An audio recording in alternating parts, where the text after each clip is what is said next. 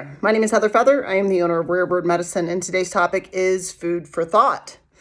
I have been practicing a vegan diet since January 1st all the way up till February 13th, and I'm not going to be practicing it come Valentine's Day. I'll tell you that right now. I've done vegan diet. I've done raw vegan diet. I've done dieta for the plant medicine circles. I was vegetarian for a long, long time. I've done high protein intake through. I've practiced keto. I've done all different types of things, different diets and different. And my mom would do that. She would flirt with all different types of diets because she had gained some weight after my dad passed away. And so she was always flirting with different things, Weight Watchers, whatever it is. And I, as a general, like to just experiment with the body. I'm very curious about the body. I'm very curious about what we consume. My father was a lot of things, but one of the things he was an organic farmer. And when I was born in Atlanta, Texas, in 1975, I was born on a natural foods farm. That's where we lived, and that's where my dad worked. And he would grow organic fruits and vegetables, and then he would make slideshows with little circular square picture things. I can't think of what that's called right now, the old schoolies. If you're old school, you know what I'm talking about. And he would do slide presentations, and he would have investors come, and he would show the distinction between a conventional turnip, let's say, and an organic one that he grew that was much larger. And so he was kind of showing the benefits of choosing organic. It supports for a lot of reasons. If it poisons an insect, of course, it poisons the human body. Neither here nor there. I mean, it's important to consider the food that you're consuming. If you used a natural method, then it's going to be natural in the way the body processes it. If it kills life, it kills life, right? And neither here nor there. I'll get off track so quick. But so I've been practicing this vegan diet because I like to flirt with stuff. Sometimes I'll order a pizza and I'll spend 2 days eating a pizza with gluten and all. And I notice every time I do that, I gain 5 pounds. I've tested it again and again and again. If Heather orders a pizza and I live alone and I eat that pizza within a 2-day period, which I will, because pizza, I will gain 5 pounds. That's just the deal. It's just bread and cheese, y'all. Just bread and cheese, They say you're supposed to eat the rainbow. The tricky thing about being vegan is that many that will choose that lifestyle or that diet, many will choose it for animals' rights. They're not necessarily choosing it for health, or they may say they're choosing it for health, but they're not living it for health, because you could eat Taco Bell and you could eat the Impossible Burger at Burger King every day of your life, and you're not going to be healthy, but you could be vegan doing those things, And so it's tricky to consider what is a healthy lifestyle. And I was raised as a metaphysician. I was raised with freedom of religion, actually, but I was raised to experiment, a lot of the teachings I received were, don't take anybody's word for anything, you guys. Heather, don't take anyone's word. Experiment yourself. See for yourself, flirt with something for a decade or more. See what happens. You know what I mean? And so I've been messing around with my body for a long time. When I was a teenage punk kid, I lived with my friend T-Bones. My senior year in high school, we were vegetarian, and we would eat Taco Bell all the time, And I've had other periods, large stretches of my life where I was vegetarian for a decade, and I would eat a lot healthier. When I was living in California with my friend Nicole and her cousin Denise, dope humans that I love, bless them, may they be blessed. But we would, do raw vegan and stuff for a period. And I have found that it's really easy, actually. It's typically true that I gain weight on a vegan diet. And so there's lots of different philosophies you can follow. I did Eat Right for Your Blood Type for a while.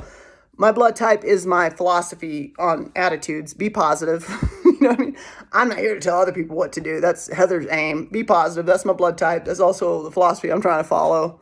Lighten up, everybody. You're going to die anyhow. You know what I mean? Lighten up. So let's have some laughs on the way to the grave. And I'm realizing, I was vegetarian when I was working at the Ayurvedic Institute as well, because on campus, we weren't allowed to bring meat. And I've spent many sections of my life being vegetarian. My name is legally India. It's not Heather. I had my name legally changed to India because I love India. I think it's amazing that I through much of my youth, I was vegetarian. It was honor the life of an animal. Today, I hold a philosophy that everything is made of holograms. It's just holography reflecting consciousness. And I'm not my body. I am consciousness inhabiting what looks like a flesh sack, which is actually a future death sack I'm dragging around. Fun. And I'm not this body. And there are many, many studies we can look at, and Heather's been looking at some of them, not all of them. There's a whole bunch around consciousness living beyond the body. You can study near-death experiences. You can study reincarnation stories and scientific studies that have been done on that if you want to understand consciousness living beyond the body.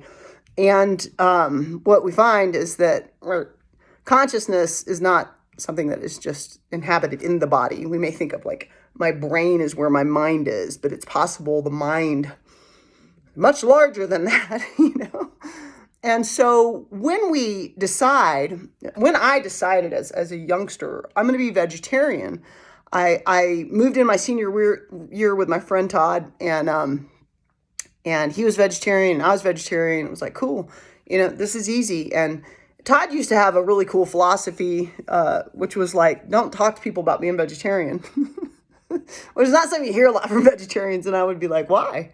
And he said, just because you sound like a jerk, like you're not here to tell other people how to eat. If somebody wants to ask you why you didn't choose the meat, or you can talk about your diet, but you're not here to convert anyone. Like, don't be a converter, because like you eat what you want and let other people eat what they want. But, you're just making other people feel irritated with vegetarians when you constantly push it like it's an agenda. Like you're in charge of what you put in your body and other people are in charge of what they put in their bodies. And we don't have a dictatorship here, and people get to make their choices, And I was like, that's really smart, actually, because I hear a lot of two-leggeds trying to tell other two-leggeds how to live, and that is a fool's errand in my book, teach their own. I always say, you do you, boo-boo. I also say often. So we would eat vegetarian. I was doing some activism for PETA, putting stickers on stuff, doing stuff like that back then. And come to find out, almond milk, for example, which is an alternative dairy source, like a lot of vegans would say, don't drink cow's milk. And this is just logic. I'm not going to run up to a cow and act like a calf and pull milk off that cow's teat like a calf would, because it's not milk that's made for me. It's made for a calf. I'm also not, as a grown woman, going to go take the milk out of a mother's breast, a human mother, which human milk is meant for humans, because I'm grown. I don't need the colostrum and all the things that go into the breast milk for an infant human baby. I'm grown. I already received my colostrum when I was a baby. You know what I mean? So that milk is produced to feed that which is in infancy. That's what it's for. That's the nature of it, right? And so a lot of vegans would say, like, we shouldn't be drinking milk because it's not natural. A lot of people have lactose intolerance. And, when Todd and I would talk about vegan vegetarian, he would say, like, the digestive tract of a carnivore is about 4 feet long. It's really short. And the reason it's really short is because meat will ferment in the belly. And so it needs to move through and be released as waste really quickly. But when we consider, a lot of people say humans are omnivores. When we consider if we have an omnivorous state, we don't have, this is what he would talk about, we don't have claws or talons. I can't jump on a cow and rip it open and get to the meat, right? And so if I was meant to eat meat, I should have talons to rip the skin off, if you will. And I should have, the ability to pull out meat and eat it. And I should have teeth that have actually fangs. And so some will say that we have those here. Yes, these teeth are pointier, but if you try to tear through a steak, and Heather's tried to tear through a bunch of them, I love a grass-fed steak, you'll notice that it's hard to get through because you don't actually have the fangs to eat it. You don't have the digestive tract. Our digestive tract is quite a bit longer than just 4 feet. And so there are these arguments we can have about why one should be vegetarian or why one should be vegan, for example. But I will say that you'll notice if you choose the vegetarian or vegan path, you're highly inclined to eat a lot of processed foods. That's what has happened from January 1st to February 13th. Heather's been eating way more processed foods than I typically eat. I like to eat really clean, really simple. You know what I mean? Like grilled chicken, asparagus, sweet potato, boop, boop, boop. You know what I mean? I like to eat kind of like my dad liked to grow food. Simple, simple, simple. And of course, you can use seasoning and stuff like that to make stuff flavorful. But I like to eat whole foods because my dad grew whole foods and he died when I was 17 months old. And it's one of the ways I keep him alive in me is to like make sure I'm receiving nutrient dense foods, that I'm eating the rainbow. Suzanne, my sister, talked a lot in her life, and she's so wise about don't eat beige food. What is beige? Chicken nuggets, macaroni and cheese, toast. You know, and people eat a lot of beige foods. Beige foods do not have nutrition.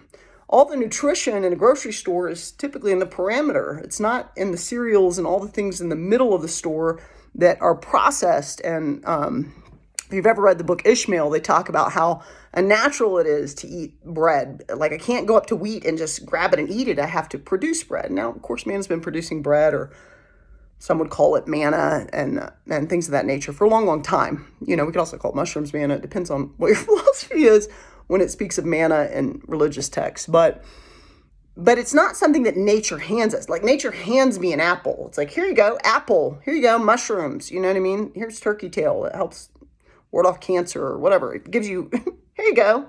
Here. Nature is literally handing you food, right? And I would say, you know, I used to think that that was really logical. It's like, well, we had to develop tools in order to eat meat. We had to develop tools in order to bake bread. And you can have whatever philosophy you want. What I know for myself is I went to a naturopath when I came to Albuquerque, and I have a severe gluten allergen. And before I went to that naturopath, I had every doctor test that can be done for stomach issues because I was having tons of them and was in tremendous pain all the time. And I was put under, they put a camera in my stomach. I had all of that, drink this chalky drink, all of it. Endoscopy, blah, blah, blah, all the tests. And they weren't able to diagnose what was wrong. And what was wrong is that I have a severe gluten allergen. Now, do I never eat gluten? No, because I'm going to die anyhow. If Betty Sue's having birthday cake, baby, you want to give me a slice, I'm going to eat your birthday cake. Like sometimes it's just easier for me to order pizza and eat gluten. This is what's easier. And so I don't never ever have gluten because I'm going to die anyhow. It does cause me to look like I had an immaculate conception situation and I'm 9 months pregnant when I eat it. Every swinging time. And two-leggeds like to say, like, oh, people don't have gluten allergen. It's like, no, it sounds like you don't have a gluten allergen. If you want to know if somebody has gluten allergen, please, by all means, feel free to come to my house. I will drink a beer and eat a pizza. We'll see what happens with my body. I mean, let's do a science experiment together. You'll find it unpleasant. Because I'll be like, oh, my belly. Oh. So, like, you know, maybe you don't have a gluten allergen, but let's not talk about what other people's bodies do when there's 8.2 billion people on the earth. It's possible. Food allergens are a thing. You do you. And, you know, there's much to be said for the grass-fed, grass-finished, pasture-raised industry. I tend to use ghee instead of butter because ghee's easier on the stomach. But like I use grass-fed ghee. And why do I use grass-fed ghee? Why do I use pasture-raised? Because when you have animals that are defecating on the soil and stamping it into the soil, that actually can create microorganisms in the soil, and it creates rich and healthy soil. And so that rich and healthy soil pulls things like carbon monoxide, which our vehicles and our industries are putting into our air. It pulls those pollutants out of the air, and the soil uses the carbon as a source of fuel. And it creates healthy soil, and it prevents the next Dust Bowl. And so there's a point at which, because I'm getting closer to the grave, I'm really thinking less about all the animals are going to die. If I support a grass-fed, pasture-raised animal, that animal's having a good life. It's hanging out, doing what an animal does. And when it is slaughtered, ideally in the highest range of cruelty-free is usually what I like to buy, you know, pure, healthy, grass-fed, organic. That animal's life has supported soil health, which supports the earth, which supports the children's children. Even though I don't have children, it supports the future of the earth. So the reason I want to make a video on food for thought is how much thought do you give to what you eat? And are you eating what you want to be eating? I promise you a burger at a local McDonald's is not supporting soil health. You know what I mean? I'm not here to judge what anyone eats, but are you eating what you truly want to eat? Do you think about what you put in your body? You can always subscribe to Rare Bird Medicine on YouTube, like and comment there. I always love your thoughts. I'm Moon.